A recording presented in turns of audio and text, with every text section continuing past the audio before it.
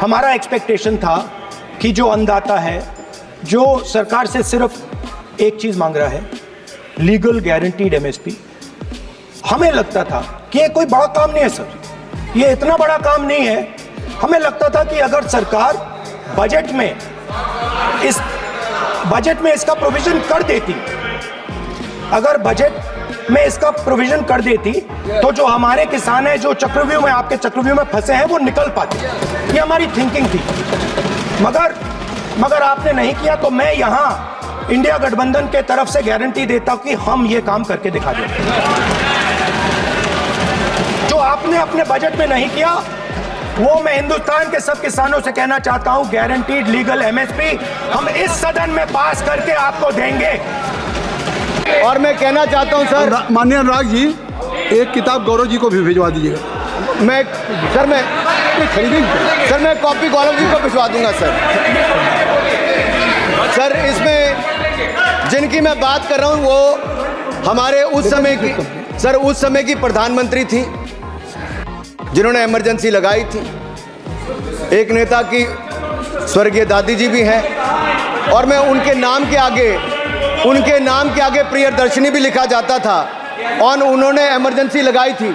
लेकिन माननीय सभापति जी, मैं कहना चाहता हूं, दुशासन और दुर्योधन दोनों बहुत ही दुष्ट और बदमाश हो सकते थे, लेकिन उन्होंने भी कभी इमरजेंसी नहीं लगाई थी। दुशासन और दुर्योधन दुष्ट भी हो सकते हैं, दुश्मन भी हो सकते हैं, बदमाश भी हो सकते हैं, लेकिन उन्होंने भी इमरजेंसी नहीं लगाई थी। सर, पूरे उपन्यास में 74 बार कौरव और कौरव पार्टी की चर्चा हुई, हर एक में कांग्रेस का चरित्र झलकता है। राहुल जी सदन में हजारों साल पूर्व महाभारत की कहानी सुना रहे थे, मगर उनकी अपनी पार्टी के पढ़े लिखे एक विद्वान पूर्व मंत्री और सांसद आज के महाभारत की कहानी लिखते हुए बताते हैं कि कौन कौरव था, कौन शकुनी था, कौन धृतराष्ट्र था, कौन दुशासन था, कौन दुर्योधन था, कौन कर्ण था। जरूर पढ़िएगा, सबके किरदार उसी में मिलने वाले हैं। और शायद जिस समय शशि थरूर जी लिख रहे थे, उस समय आपका टैलेंट इनको पता नहीं था, नहीं तो 100 पन्ने तो आप पे ही लिख देते साहब। आप चाहते कार्रवाई हो जाए। माननीय सभापति जी,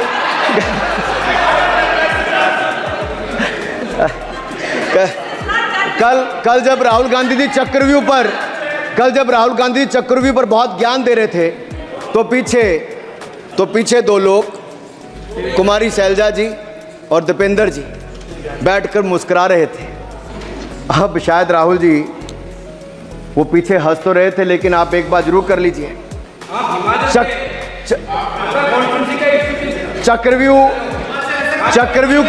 चक्रव्यूह के परिप्रेक्ष्य में इन दोनों से बेहतर कौन बता सकता है हरियाणा के चुनाव आने वाले हैं। जान लीजिए कि कौन शकुनी है और कौन अभिमन्यु है, नहीं तो बहुत देर हो जाएगी। आपको एक और सुझाव है, और मैं इतना जरूर कहूंगा, आपने तो कई सारे चक्रव्यूह बनाने का काम किया सर, और जब उस समय किशोर अभिमन्यु पर कौरवों ने युद्ध नीति के विपरीत जाकर प्रहार किया था, तो मैं कुछ कहना चाहता हूं। इतने में पुत्र दुशासन ने पीछे सा था वार किया, निष्प्राण हुए एक गदा से सिर पर था प्रहार किया। मां धरती की गोद में वह आंख मूंद कर सो गया, अंबर का तेजस्वी तारा धूमकेतु सा खो गया, लेकिन कोई तारे का तेज फीका नहीं कर सकता। वीर गति पाकर अमर हुआ हो कभी नहीं मर सकता है। पुत्र सुभद्रा कुरुक्षेत्र में जिसकी अमर कहानी थी, 9 माह में सीखी विद्या जब 16 साल जवानी थी। अब उस अभिमन्यु को, जिसने सारे चक्रों को तोड़ने का काम किया, मैं इतना ही कहूँगा, चक्रव्यूह का प्रसंग छेड़कर आपने अच्छा किया। इस देश ने बहुत सारे चक्रव्यूह देखे, कांग्रेस का चक्रव्यूह सर, इसके 7 किरदार मैं बताता हूँ सर। पहला कांग्रेस, दूसरा पंडित नेहरू, सर नाम लेने के लिए मना किया, मैं दूसरी तरह से बोलता हूँ। पहला कांग्रेस, दूसरे पहले प्रधानमंत्री एनजी, फिर तीसरा किरदार आईजी पूर्व प्रधानमंत्री, चौथा RG1 उस समय के प्रधानमंत्री, 5वां SG, 6वां RG2 और 7वां आप सब जानते ही हैं। आप समझदार हैं, समझ गए होंगे। सर पहले चक्रव्यूह ने देश को विभाजन कराया, पहले चक्रव्यूह ने देश का विभाजन करवाया, और दूसरे जो एनजी उन्होंने देश को कश्मीर की समस्या दी और चीनियों को भारत की भूमि सौगात में दी, चीनियों को भारत भूमि सौगात में दी। सर तीसरे चक्रव्यूह आईजी ने, पूर्व प्रधानमंत्री आईजी ने देश को आपातकाल दी, इमरजेंसी दी और पंजाब में अशांति दी। चौथे जो आरजी-1 है, आरजी-1 ने फोड़ दिया और सिखों का निस्सहार किया। पांचवें जो ऐसी हैं, उन्होंने सनातन धर्म परंपरा के प्रति नफरत का नैरेटिव बनाया, 12 लाख के करोड़ के घोटालों को संरक्षण प्रदान किया, देश की आर्थिक अर्थव्यवस्था को भंवर जाल में फंसाया।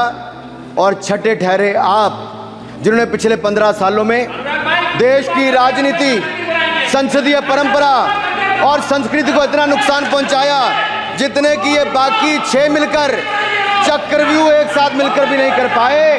और रही 7वीं, उनका मैं नाम नहीं लूंगा, मैं इतना ही कहूंगा सभापति जी, 7 चक्रव्यूह ने मिलकर देश को गरीबी, भूखमरी, आतंकवाद, कट्टरवाद जैसे अनगिनत दुष्चक्रों में फंसा दिया था। देश को हमने इन आपके दुष्चक्रों से बचाया है, आजाद कराया और माननीय प्रधानमंत्री मोदी जी के नेतृत्व में विकास रथ को आगे बढ़ाया। आज दुनिया में भारत को 5वीं बड़ी अर्थव्यवस्था बनाया। आप जिस अभिमन्यु को घेरने की कोशिश पिछले 22 सालों से कर रहे हैं, गुजरात से लेकर दिल्ली तक, आपके योद्धा और आपकी सरकारें निपट गई, लेकिन आप उनको घेर पाए क्योंकि वो जनता के दिलों में बसे हैं। आज यहाँ 293 अभिमन्यु बैठे हैं, भले ही आपके पास करण जैसे धुरंधर हो, शकुनी जैसे कुटिल रणनीतिकार हो, धर्म हमारे साथ है, धर्म हमारे साथ है। भले ही आपके पास नारायणी सेना हो, लेकिन स्वयं भगवान कृष्ण हमारे साथ है, स्वयं भगवान कृष्ण हमारे साथ है।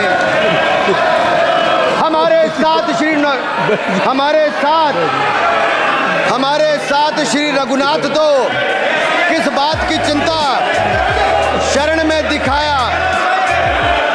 माननीय सभापति जी, हमारे साथ श्री रघुनाथ तो किस बात की चिंता शरण में रख दिया जब मात, तो किस बात की चिंता, हमारे साथ तो जनता रूपी रघुनाथ है और आगे भी रहने वाला है। आप देखिए, ये कल से हलवा बांटने की बात कर रहे थे। अध्यक्ष महोदय, झूठ के पैर नहीं होते, ये झूठ अक्सर कांग्रेसियों के कंधे पर सवार होकर सैर करते हैं, जैसे मदारी के कंधे। सर इसको देख लीजिए, माननीय सभापति जी, झूठ शब्द के बजाय आप असत्य कहें। झूठ असंसदीय है, उसको हम कार्रवाई का हिस्सा नहीं है। असत्य कहें।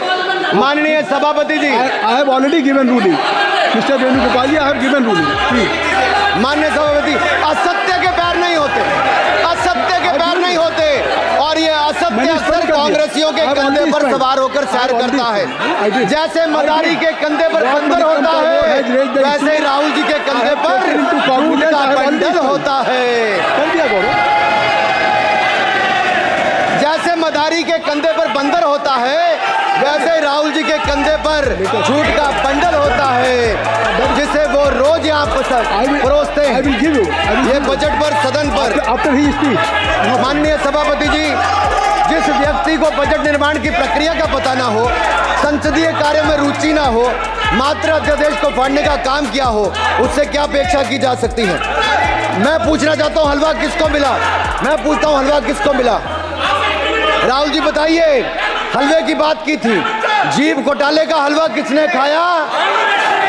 वो फोर्स घोटाले का हलवा किसने खाया? अंतरिक्ष देवास घोटाले का हलवा किसने खाया? नेशनल हेराल्ड के घोटाले का हलवा किसने खाया? सबमरीन घोटाले का हलवा किसने खाया? अगस्ता वेस्टलैंड घोटाले का हलवा किसने खाया? 2G स्कैम हलवा किसने खाया? कॉमनवेल्थ स्कैम का हलवा किसने खाया? कोयला घोटाले का हलवा किसने खाया? वाल्मीकि योजना घोटाले का हलवा किसने खाया? चारा घोटाले का हलवा किसने खाया? यूरिया स्कैम का हलवा किसने खाया? राहुल जी, हलवा मीठा था या फीका? माननीय सभापति जी, कुछ लोग ओबीसी की बात करते हैं। मैं ये कहता हूं, इनके लिए ओबीसी है। गौरव सुनिए, गौरव बड़ा इंपॉर्टेंट है। आप काइंडली एड्रेस तो देखिए। मान्य सर, इनके लिए ओबीसी का मतलब है only for brother in law commission, only for brother in law commission. और only for brother in law commission के लिए काम करने वाली पार्टी अदर बैकवर्ड कास्ट की बात करती है तो आर्मी को भी पंखे के साथ लटकर आत्महत्या कर लेनी चाहिए। मतलब जिस पार्टी ने अपने पार्टी के अध्यक्ष जो एक पिछड़े वंचित समाज से आते थे, उनको धोती से खींचकर पार्टी से बाहर निकाल दिया हो, उसके शहजादे हमें ज्ञान बांट रहे। अरे साहब, इनको पहले तो एलओपी का मतलब समझना पड़ेगा। ये लीडर ऑफ प्रोपेगेंडा नहीं, लीडर ऑफ ऑपोजिशन है। इसका मतलब लीडर ऑफ ऑपोजिशन है। सर, ये लीडर काइंडली लिसन मी। माननीय अध्यक्ष जी, माननीय अध्यक्ष जी, मैं जवाब आपको दे रहा हूँ। माननीय सभापति जी, माननीय मंत्री जी, एक मिनट चुप रहिए।